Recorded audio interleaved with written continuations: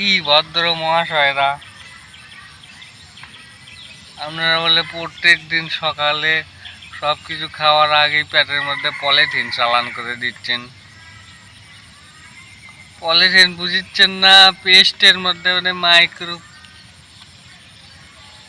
Polythene পাওয়া গেছে, সেটা আবার খেয়াল দিচ্ছেন।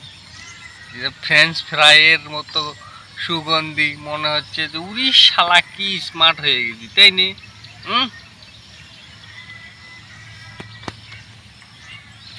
অথচ দেখেন এই যে বাংলার মাজন 14 পুরুষের ইতিহাস, বুঝতে পেরেছেন? এর মধ্যে কোনো ফ্রেঞ্চ ফ্রাই গন্ধ নাই, সুগন্ধি নাই, খালি দাঁতত দেবেন, ডলা দেবেন, চকচক কোঁ কোঁ করে শব্দ হয়ে একেবারে ফকফকায় দিবি।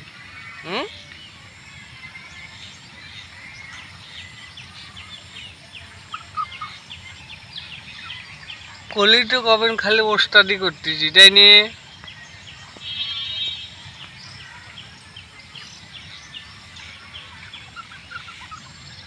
শব্দ বুঝতে পারছেন?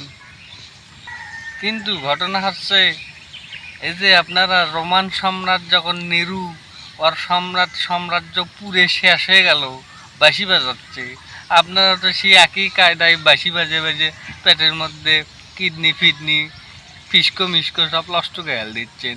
এই যে প্লাস্টিক ঢেলে কিডনি ফিডনি সব ডাস্টবিন বানাচ্ছেন, ঠিক হচ্ছে? হচ্ছে না তো।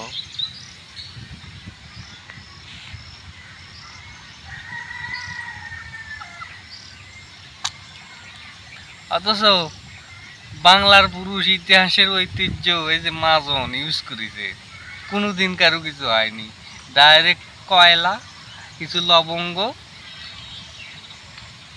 দিয়ে দাঁত মাজা শুরু করছে, একের ভেতর 3। গাও চুলকালে গাউত নাকে দেবেন, চুলকানি ভালো, খাইয়ে হেল দেবেন, গ্যাসের ওষুধ ভালো হয়ে যাবে, পেটে তার গ্যাস থাকবি না। এই জন্যেই কাজী নজরুল কষে একই বৃত্তে দুটি কুসুম। আর শালারা পেস্টের মধ্যে কেমিক্যাল দিছে, পলিথিন দিছে, মনে হচ্ছে যে একই প্যাকেটের মধ্যে 2 ভাই বোন, পুষিয়ে মরিয়ে শেষ হয়ে যাবেন। কতদিন আর বাংলার ফিরে আসেন। ধন্যবাদ, পরে কথা।